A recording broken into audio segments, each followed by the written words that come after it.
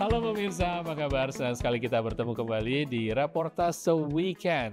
Dari studio kami di VOA di Washington DC, masih dalam suasana Idul Fitri. Kami ingin mengucapkan Minal Aidin wal Faizin, pemirsa, maaf lahir batin dari kami VOA di Washington DC dan juga di Indonesia tentunya. senang sekali ya. Dan kita akan menyampaikan berbagai informasi menarik di akhir pekan ini bersama saya Ian Umar Dan Aryatna Budianto. Jadi kemarin ini kan Ian baru pulang dari Indonesia, tapi nggak lebaran di Indonesia ya? Enggak, ya karena kebetulan waktunya nggak sempat, jadi masih ada jenjang waktunya. Dan masih banyak kesibukan lainnya sebenarnya pada masa waktu itu ya, karena udah siap-siap loh, udah beli baju lebaran saya Udah dari beli sana. baju lebaran, wah semuanya serba baru. Baju baru, sepatu baru, potongan rambut baru, apalagi yang baru. Dan mudah-mudahan juga hatinya baru. Betul. Itu yang paling penting Itu ya. yang paling penting. Beli barang atau pakai barang baru itu sebetulnya tidak penting pemirsa, dan bikin sampah sebetulnya Iya, Ian. benar sekali. Dan pemirsa, di Reportase Weekend kali ini kami akan menyampaikan berbagai informasi menarik. Warga Muslim dari berbagai negara memeriahkan Bazar Ramadan Colors of Asia di Hyattsville, Maryland. Bazar yang diikuti oleh peserta berbagai agama ini menampilkan hasil kerajinan dari Pakistan, Bangladesh, India, Afghanistan, dan Turki. Perjudian, alkohol, dan pakaian yang tidak senonoh merupakan hal-hal yang terkenal dari Las Vegas. Tapi jauh dari kehidupan duniawi, masjid tertua di Las Vegas, Masjid As-Sabur, membuka pintunya bagi semua orang di kota tersebut, menyediakan tempat perlindungan dan kedamaian bagi umat beragama. Influencer dan pengusaha mu'alaf Amerika dengan nama populer @TheBlondeMuslim berusaha menyebarkan nilai-nilai Islam dengan membagikan kisahnya sebagai Muslim di Amerika sekaligus membangun bisnis perlengkapan sholat. Usahanya menyentuh banyak orang tapi juga mengundang cibiran. Pemirsa, di Hari Raya Idul Fitri sudah menjadi tradisi dan juga budaya di berbagai negara yang mayoritasnya adalah umat Muslim adalah membeli baju-baju baru atau mengenakan baju baru di Hari Raya besar seperti ini. Ini sebenarnya sudah saya rasakan di berbagai negara secara langsung. Waktu itu saya pernah merasakan di Malaysia, di Timur Tengah, bahkan juga di sejumlah negara Eropa. Kalau misalnya bertemu dengan komunitas Muslim, mereka mengenakan baju baru untuk Hari Raya. Ini ada bazarnya juga ya? Ada bazarnya di Amerika Serikat, dan kebetulan Washington DC area ini pemirsa memang salah satu masuk dalam 10 besar konsentrasi warga Muslim terbesar di Amerika Serikat. Maka kemarin ini sebelum Idul Fitri, warga bisa berbelanja baju baru khas Pakistan, Afghanistan, Turki, Bangladesh, dan lain sebagainya dalam sebuah bazar bernama Colors of Asia.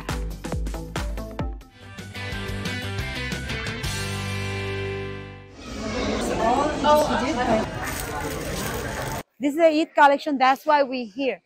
That's why we here today. This is all our Eid collection. Souma Rosario, pendatang asal Bangladesh ini beragama Kristen, tapi ia membuka stand di pasar Ramadan. Actually, this festival for everybody's Christian, Muslim, Hindus, Buddhas, all different countries. We are comes together. Like I'm from Bangladesh. I'm a Christian girl, and one of my Appa is there. She's from Pakistan. Okay, one of India's vendor also brother be here. So it's all included. Sementara di pojok ruangan ini, Masar menjual mainan anak-anak, kaligrafi, perhiasan dan kerajinan tangan karya istri. It's because it's a chance because of Ramadan, but it can be any time, any event, anywhere. You know, it's all depend on wherever the availabilities are, wherever we get chance to start selling our stuff. Bazar bertema Color of Asia di Hyattsville, Maryland ini memang diadakan untuk menyambut Ramadan. Tapi kata penyelenggara, bazar ini juga menjadi ajang pertukaran budaya. Always just showcasing our culture and like letting people like come in, learn about us, while we talk to them and learn about them, and we give them like our type of clothes, which surprisingly or not surprisingly look really good on Western people. So it's always like a good way of like seeing them dressed as we do, or seeing and then they see us dressed as like they do. it's like a really good cultural exchange and like a religious exchange in the end with people from like different backgrounds and such. Bazar Ramadan ini digelar dari jam 12 siang sampai 9 malam. Pengunjungnya mayoritas warga Muslim, seperti Muhammad Amirul yang datang bersama istri dan anaknya. Yeah, I is like is Bangladeshi calls is like Punjabi. I don't know is Indonesia what this called, like long clothes for Eid. And my wife she wanna buy some her the dress for the Eid or Ramadan, Bazar yang menampilkan aneka produk kerajinan dari Pakistan, Bangladesh, India, Afghanistan, dan Turki ini, kata Fida Muhammad Ghazi, pemilik gedung bazar, menjadi penanda pesatnya perkembangan Islam di Amerika Serikat. The Muslim population in America is growing very rapidly or soon. I can say there is freedom of the worship, freedom of the speech. I think it's a good place for the Muslim. Dan seperti umat Islam di belahan dunia lain, selama Ramadan, warga Muslim Amerika juga bisa belanja sambil ngabuburit di acara bazar seperti ini. Dari Hyattsville, Maryland, Supriyono, VOA.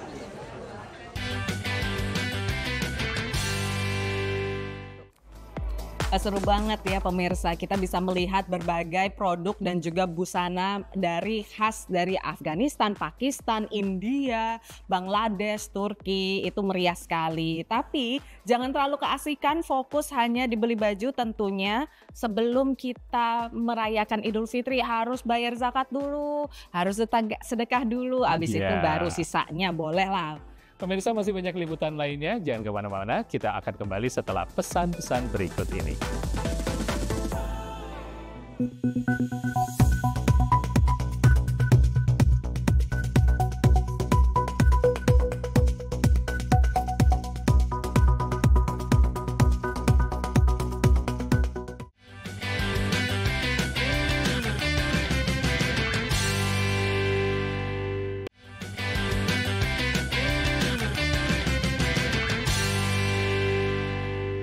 Anda masih menyaksikan reportase weekend episode Idul Fitri dari Amerika Serikat, Washington DC.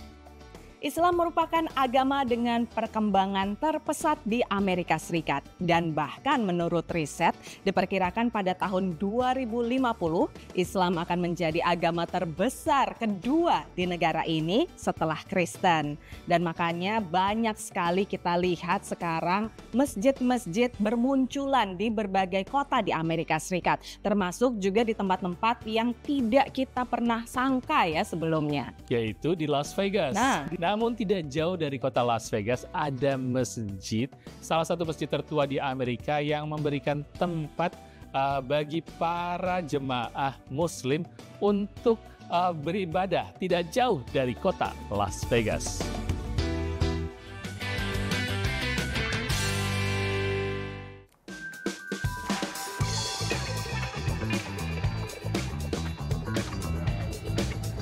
Las Vegas dikenal sebagai Sin City atau kota penuh dosa. 10 menit dari pusat judi terbesar di Amerika, Masjid As-Sabur membuka pintunya. It definitely comes with its challenges, but at the same time it gives you even more kind of pride and honor that you're Muslim because everything is easy over here, so we get to choose exactly what we want to be. So when we're choosing to be Muslims, we truly are being Muslims over here. Masjid yang didirikan pada tahun 1970-an ini adalah jawaban bagi kerinduan Muslim di Las Vegas. These masjids are places of refuge, and people are always surprised how strong we are. And on the one hand, it's because you have to be strong to live in an environment like this. Didirikan di bagian barat Las Vegas, Masjid As-Sabur ada di area dengan tingkat kejahatan geng dan transaksi narkoba yang tinggi. We have a very large unhoused population around here, so we work very hard to build relationships with our neighbors so that we can figure out what the people need. For us, we're all one community, and so because we also live here, we're invested here, we're able to really dig down and understand what the community needs. Sejak 2010, area sekitar masjid juga dikembangkan jadi pemukiman terjangkau, Muslim Village atau desa Muslim. Kesederhanaan dan rasa kekeluargaan mengundang jemaah dengan berbagai latar belakang. For me, it actually reminds me like back home. It has a home atmosphere. You know, it's very family oriented. You know, just we feel welcome. You know, myself personally. About 25 minutes. Yeah, because the other mosques nearby about five minutes. But I like it here. It's more heart to heart. Juga menarik perhatian mantan petinju Mike Tyson yang kerap hadir dan menyumbang. He came and looked and he saw that we knew how to get things together if we had some help. So he chose to help us in a great big way. There was other donors too. They are important too. They're just as important. But the biggest donor was Mike Tyson. Komunitas Muslim Indonesia juga giat berpartisipasi dalam kegiatan masjid. The Indonesian community always takes care of the food. So they cook all of the food that they eat in our outside restaurant area, as well as giving them peanut butter jelly sandwiches. So they've been doing that for well over 10 years with us. We don't even have to ask. They just know what's the date and then they know what to do and they show up. Meski tinggal di kota yang terkenal dengan gemerlap duniawi, menurut Ahmad, mayoritas jemaah Muslim memilih profesi yang sejalan dengan iman mereka. If you were to get sick and have to go to the hospital, I would almost guarantee you that your doctor would be Muslim. Half the people you see in here are doctors. We have police officers, we have doctors, we have teachers, we have security guards and bus drivers. Some people have to do what they have to do and they actually have to work in the casino. It's the nature of where we are and people have to survive. And you can make pretty good money in the casinos, but it's a brutal lifestyle. Allahu Akbar. Dari Las Vegas, Nevada, Virginia Gunawan, Nabila Ganinda, Rifan Dwi Astono, VOA.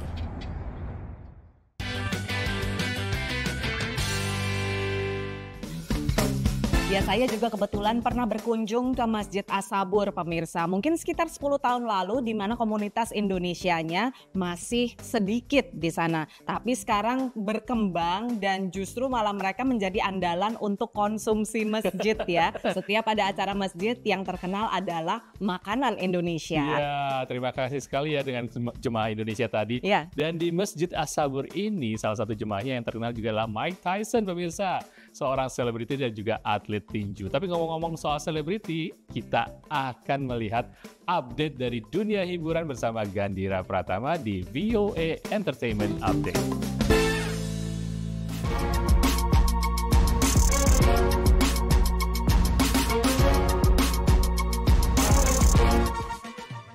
Hey guys, welcome to VOA Entertainment Update, your one-stop shop for everything pop. Salah satu band favorit saya, Efek Rumah Kaca, merilis sebuah music video yang pas dengan suasana pemilu Indonesia 2024. Band indie rock Indonesia, Efek Rumah Kaca, merilis sebuah music video berjudul Bersemi Sekebun. Produser VOA mewawancari vokalis dan lead gitar Holil Mahmud di area Forest Hills, New York. Holil bercerita mengenai tema lagu ini.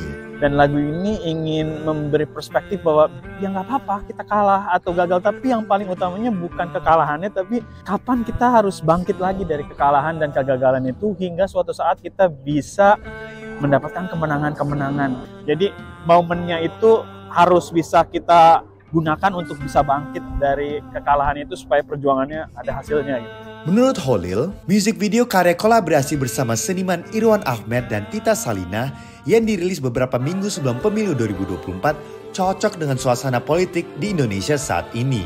Videonya sendiri kan juga menggambarkan situasi bagaimana sebuah perahu yang mau tenggelam gitu berusaha diselamatkan oleh awaknya ya. Karena memang video klipnya kita udah punya dan kok kayaknya cocok ya kalau kita rilis berbarengan dengan pesta demokrasi gitu yang katanya ya. Karena secara konten juga pas juga dengan situasi bahwa kita ada dalam satu negara, dalam satu perahu yang mungkin ini bisa menentukan arah negara ini jadi lebih baik atau lebih buruk gitu. Jadi ini kayaknya cocok dengan situasi politik. Another favorite band of mine, Reality Club, sukses menyelesaikan tur pertama di Amerika Serikat. Ratusan fans datang memenuhi venue konser tunggal band asal Jakarta ini. We are a band from South Jakarta, Indonesia. We are Reality Club. A dream come true untuk band indie rock Indonesia Reality Club yang baru saja menyelesaikan tur pertama di Amerika Serikat dan Kanada. Tim VOA New York berhasil mewawancarai Reality Club di Manhattan, New York. 8 tahun yang lalu kita mimpi untuk kita pengen bikin band yang semoga someday go international gitu. Nah mungkin karena emang it was like non-stop working, jadi pas nyampe tuh kayak masih vibe kerja gitu, masih vibe mikirin logistik dan lain-lain. Pas bener-bener settle baru inget, oh my god, kayak ya Allah, kayak 8 tahun lalu kita mimpi ini loh, dan ini beneran terjadi sekarang gitu. Namun dalam perjalanan ke kota Austin, Texas, band ini memutuskan untuk bersolidaritas atas penderitaan kemanusiaan warga Palestina dengan mengikuti langkah 90 band lain yang membatalkan penampilan di festival bergengsi South by Southwest. Berita ini menjadi viral di dunia maya, dukungan para netizen terus mengalir. Dari kami ingin nunjukin solidarity pertama, dan kami juga sebenarnya nggak pernah kepikiran ini bakal bikin heboh gitu ya, bakal bikin headlines, but we are very very happy that it did. Karena apa? Karena akhirnya orang jadi benar-benar raise awareness lagi dan jadi ngeh lagi dengan isu yang sekarang lagi parah-parahnya di Gaza, di Palestine gitu. Ini udah bukan lagi tentang politik, ini there's a fine line, it's like already a humanitarian issue. Reality Club tetap tampil di 7 kota besar termasuk Los Angeles, Toronto, Seattle, dan New York. Kota manakah yang menjadi favorit mereka?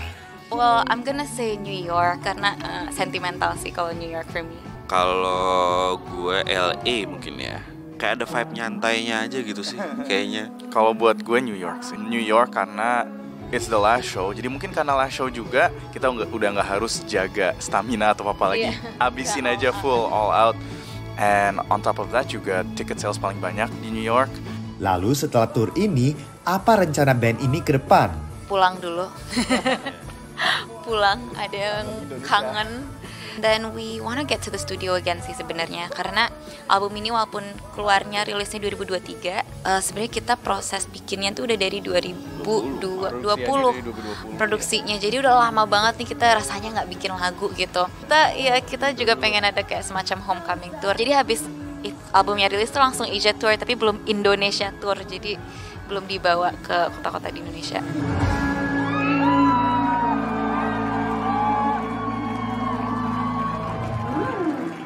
Wow, luar biasa. Pasti bangga sekali bisa go international dan bahkan tour di Amerika dan Kanada. So congratulations Reality Club. Oke, sekian dulu dari VOA Entertainment Update. Saya Gandir Pratama signing out dari studio VOA dari Washington DC. I'll see you next time. Peace.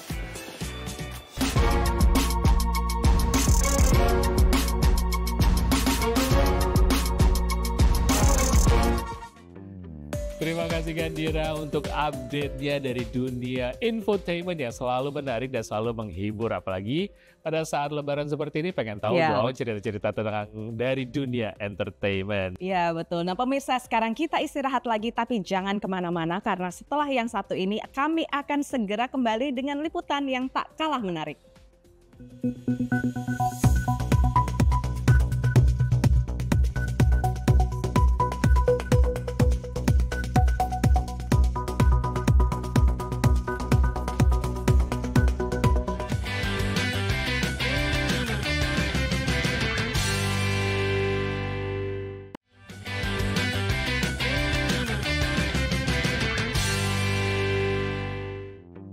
Pemirsa, Anda masih bersama Reportase Weekend. Dengan kemajuan teknologi di bidang sosial media, ternyata banyak sekali yang bisa menghubungkan dari sebuah komunitas dengan berbagai macam topik. Dan ini juga meng-create yang namanya influencer dan juga content creator di berbagai bidang, juga dalam bidang agama. Contohnya, kita akan bertemu dengan salah satu influencer yang sangat menarik. Dia adalah seorang muslimah di Amerika. Betul, namanya Candace Ashley, pemirsa. Penampilannya rambut pirang, mata biru, kulit putih, pokoknya sangat bule.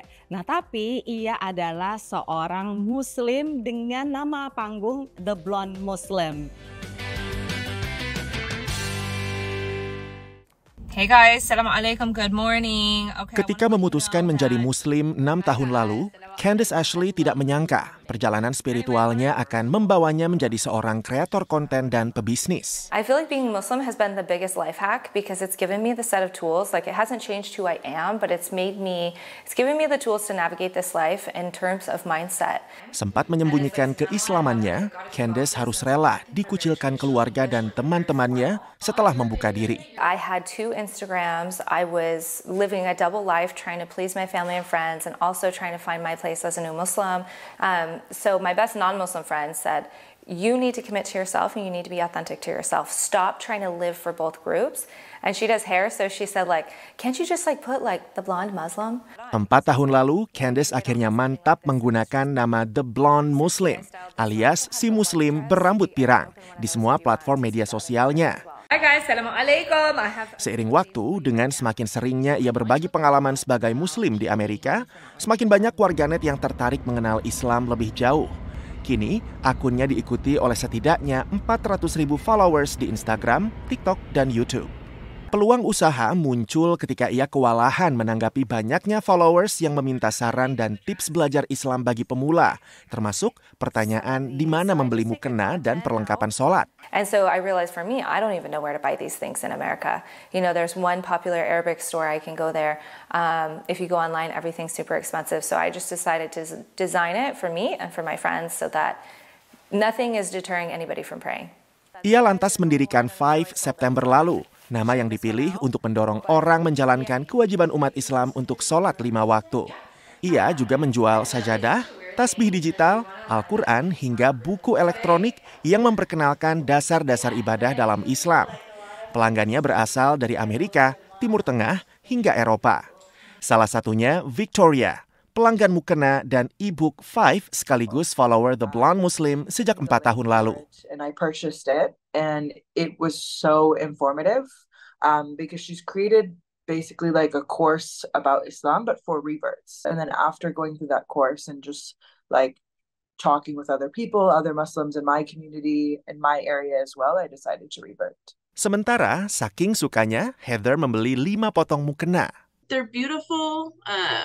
I love the little tie in the back. And I'm not a small person. I'm kind of a larger woman, so it actually fit me. Dalam menjalankan bisnis, Candace dibantu asistennya, Hanan. So just to be able to do something a little bit more purposeful and in line with my beliefs and my religion has just really added a lot of value to my life personally. Meski punya prospek cerah, bisnisnya tidak lepas dari kritik. Beberapa menuduhnya memonetisasi agama. At the end of the day, I can't do everything out of my own pocket. It's really hard. I have to be able to buy the supplies and buy them in bulk and make them and manufacture them. It's halal. It's halal to make money. It's halal to be a business person. Sambil berbagi perjalanannya sebagai The Blonde Muslim, Candace berharap lini perlengkapan sholatnya bisa menjangkau lebih banyak orang. Dari Irvine, California, tim VOA.